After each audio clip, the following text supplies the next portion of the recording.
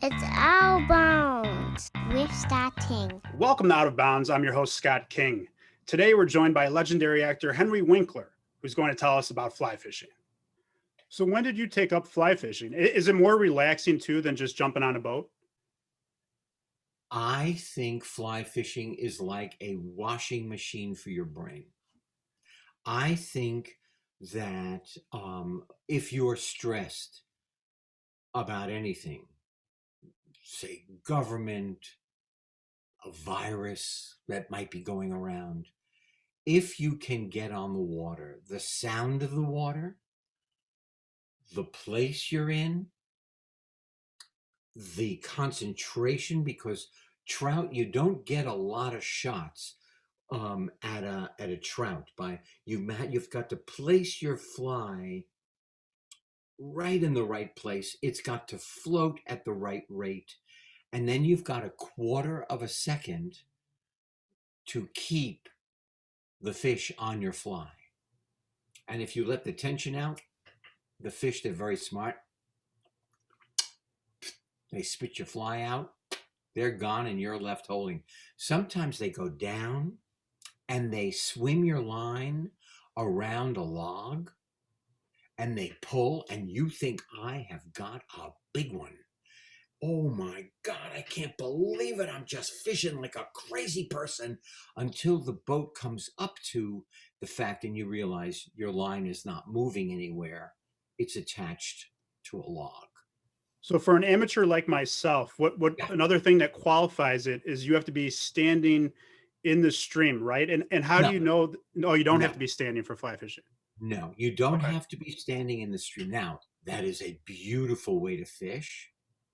And there is another technique that you use standing.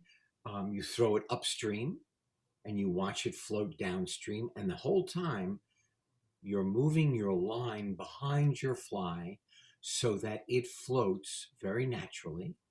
When you're in a boat, if there are two people, the oars of the guide is the mark.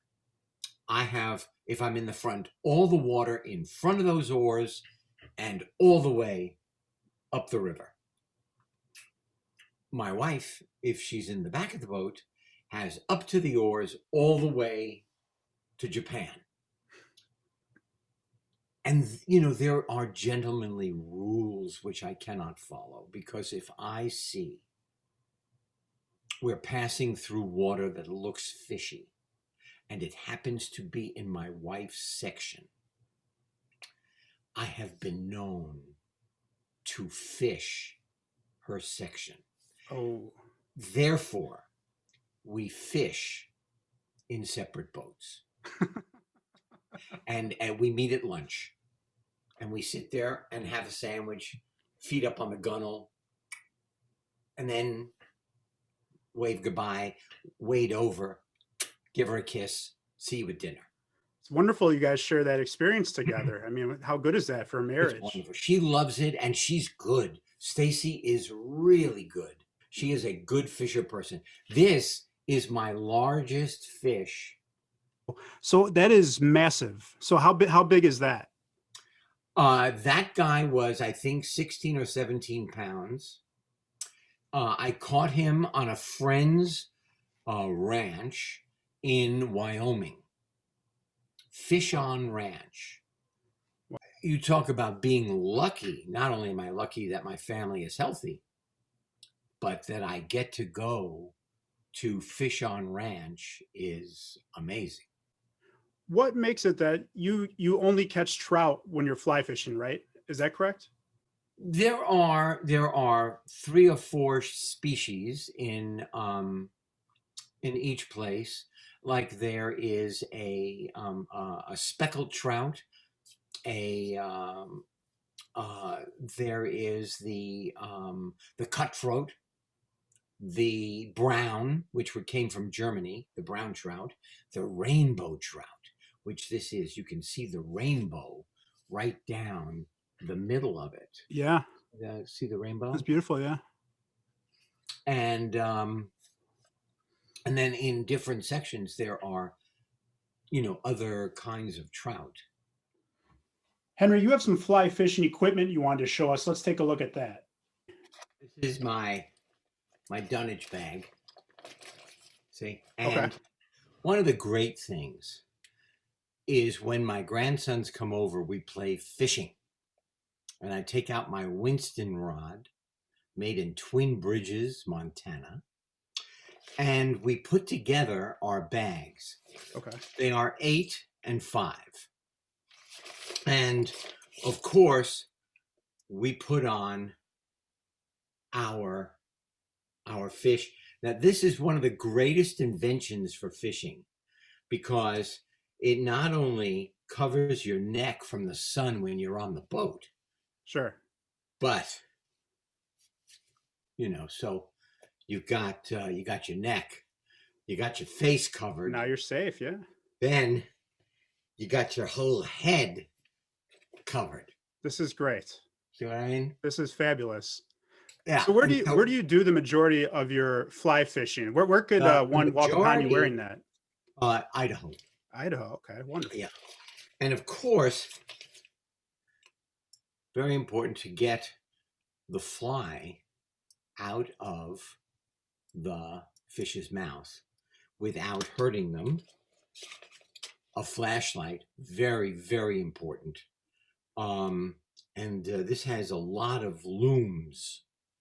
The only thing I haven't figured out about it, it has great light. It's got a clip. It's got, I haven't figured out how to turn it on, Okay. but I have it in case of emergency. If there's an emergency, you might figure out Yes. how to do I it. could club a thief, but I couldn't see him. I would not be able to see him. Clubbing happened whether there's light or not, so Yes. you'd be safe. Oh, this is great. This, you know what this is? No. This is a campsite, either ash can or a rain hat or wash your dishes. That's fantastic. And it folds up like this, doesn't take up much room. It is an incredible thing. This is amazing. Yeah. A reading light. I do know how to turn this on, but I have never used it because I don't take books on the river. I merely fish Right. with my rod. Oh, this is great. This is very important. Bathroom tissue for the One of river. the most important things. Biodegradable bathroom tissue. Yes. Has come in handy so often because leaves chafe. I've never actually found a toilet on the river. It's always in the takeoff site when you take your boat off, but a cover for the toilet because you never know Right. who's been in there. Right. Especially these days. Oh my God, truly. All right, this is incredible. A fan made this fly for me. And now I'm going to hold it right up there. Awesome. Yeah. Yeah. Okay. And I bet you that it is a pattern that is very familiar to fishing people, but he called it the Winkler, and so do I. And I want to tell you, when the trout are on dries, and this is a dry fly, there are other flies that sink to the bottom of the river, and they're called nymphs. But this sits on top of the water and floats along, and your job is to make sure that it floats at the same rate as the natural bugs. But it Right. works really well. That's Called for me, it's called the Winkler. That's one of the main differences, Henry, isn't it, between fly fishing and regular fishing, is that the bait sits on top of the water instead of going underneath. Is that correct? Yes, everything. There are people, which is amazing to me, but there are human beings who put on scuba gear, go down to the bottom of the river, and they look at what the fish are feeding on. They look at what's hatching under the river. They look at what's rising to the top in terms of food. And then they look at what lands on top of the river. And then they make flies that look like every species that the fish are eating in that area. Sometimes you can't take the same fly to Mississippi that you would use in Oregon. Okay. You know, you have to get flies that specifically work in your area. That was something I had to learn because I take my flies everywhere, and now I finally can empty my suitcase out because some of the flies just don't work. You listen to your guide. They go, yeah, that's really nice, but this will work. I wanted to ask you about, you've been writing these wonderful children's books with your writing partner, Lynn Oliver. Right there, you have Alien Superstar, which I spoke to you about last year. Really enjoyed reading that to my kids. That was last year's. Now, this is the second one. This is this is the new one, Lights, Camera, Danger. Yeah. Awesome. Wonderful. It came out in October. And then, so last year's was just called Alien Superstar. Is that correct? Alien Superstar. Yeah, I recommend that one, and then this new one as well. What can you tell us about this one? It seems like a continuation, obviously. Well, in the first one, in the first one, this young alien, 13 years old, you'll see he's got a sensory enhancer out of his back. Everybody on his planet does. At 13, they turn that off. Now that helps him smell better, see better, feel better, hear better, taste better. But the government on his planet doesn't want the population to have a point of view, to start any ruckus. So they dumb them down. They dull them down. His grandmother, Grandma Winkler, builds a spaceship for him. He takes off. He goes to the only address he knows in America, which is the back lot of Universal Studios. Who is going to question a rocket ship on the back lot of Universal Studios? And I don't know how this happens, but the alien, because he's got the costume, gets a job on a situational comedy. Book 2, Citizen Cruel is sent down by the commander and tries to kidnap him because nobody can escape the planet. It will give other citizens an idea. They cannot have an idea. And book 3, which we're writing right after this interview. Wow. They can't get him. They couldn't kidnap him. So the commander has to come down and do it himself. We'll be excited for part 3 as well. That's great. Yeah. So when I spoke with you last year, Henry, you said some really interesting stuff about where you guys were going to go for season 3 of Barry. You said you had just got a text from Bill Hader saying, take care of yourself. You have a lot to do. So we're a little past a year from that. Obviously, a lot of things stalled with the pandemic. Where's the show at right now? The show, sadly, is on the shelf. We are going to shoot season 3 as soon as July, maybe October. Now, we haven't shot a frame of Barry since November or early December 2018. And we're going to shoot October 2021. Oh, my goodness. I don't know if I remember how to do the job. If anyone does, it's you. I know that. And I still expect you have a lot to do in that season. It's going to be great. Something fans can really look forward to, especially these days, a little pick me up. I wanted to ask you about Terry Bradshaw and working with him on Better Late Than Never. And I know he's probably a guy a lot of people have asked you about. Everyone knows what a character he was, one of the greatest NFL quarterbacks of all time. You know, it is true. And there are a couple of things that come to mind. One, first of all, excuse me, he is everybody you think he is. He is warm. He's very tender. He's tough. He thinks he has a sense of humor. He's a crooner. He's got albums. People actually bought his albums.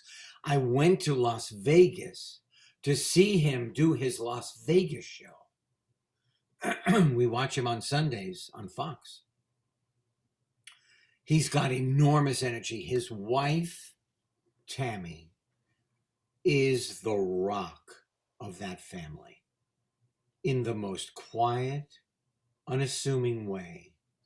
She guides the daughters, the son-in-laws, the boyfriends, the grandchildren, and Terry through the universe. He is, I love him. I love him. I love him. I love him. He's a great person. So I was thinking about both of you guys, and I think there's an interesting comparison I want to get your take on between an actor and a quarterback. You both, are expected to show up to work with a lot of confidence, and millions of people, at least eventually can watch both you guys do your job and go to work. Do you kind of feel that way? And do you maybe see some of those characteristics? That is a really interesting thing, because the first thing that came to my mind was we both have to concentrate deeply into what we are doing. You cannot show up halfway. He told a story when we were in Japan in this restaurant that had a Michelin star, and the chef was a boxer. So the chef was unbelievably happy to see George Foreman. But at the table, Terry, holding an air football, just holding the football. It was sense memory. I mean, you literally saw the football in his hand as he told the story. And he would point as he was telling the story. And he said, I marched the team from the 6-inch line all the way down the line, all the way down the field to the 6-inch line at our opponent's goal. And then all of a sudden, the coach at oh God, I forget the coach's name, but somebody will know. The coach said, "Timeout, I got an idea. I got a plan." And Terry went over and said, "You got a plan? Now you have a plan? I just marched the entire team without your plan down to the 6-inch mark, and you've just stopped the momentum to tell me you've got a plan? Thank you very much. You know what? I got a plan." He walked back on the field, and the guy said, "What did he say? What did he say?" And Terry said, "I don't remember. I don't know." He said, "What's the plan?" He said, "I don't have a plan." And then they huddled up, and he won the Super Bowl. That's amazing to hear that story. Wow. But when he was telling the story, whether you like the sport or not, whether you care about football or not, you saw him pass, you saw him. It was all right there at the table in Japan, in Tokyo, in this small restaurant. And here's the main ingredient for that restaurant. The reason it got a Michelin star. The man went outside of Tokyo in a special place. What do I know? He dug 70 meters down. I have no idea how far that is. And uses the dirt as the sauce for the steak. Wow. I got to try that somehow. I just have one more question for you, Henry. But first, I wanted to, it's been interesting to see people's backgrounds and what they do with them, right? People take a lot of pride in it, especially an accomplished fellow like yourself. I want to compliment your Emmy placement because I've seen Emmys kind of all around. Yours is directly behind you. So when there's a slight movement, you see it just so we know it's there, but you're not somebody who needs to show off. No, you know what? I just moved it there because my wife asked me for when we lit the menorah to take it off the dining room table. It was on the dining room table, which is directly across from the front door. So anybody delivering, and there are lots of deliveries now, I would open the door a little wider and I would just point, not saying anything, so that everybody who comes to the door sees the Emmy. That's wonderful. Yeah. At the end of the day, you just have to move stuff like the rest of us. Yes, and I thought about wearing it, Wow. like bling, but it is so heavy, I would have been like on the floor. So I've decided just to keep it on a surface.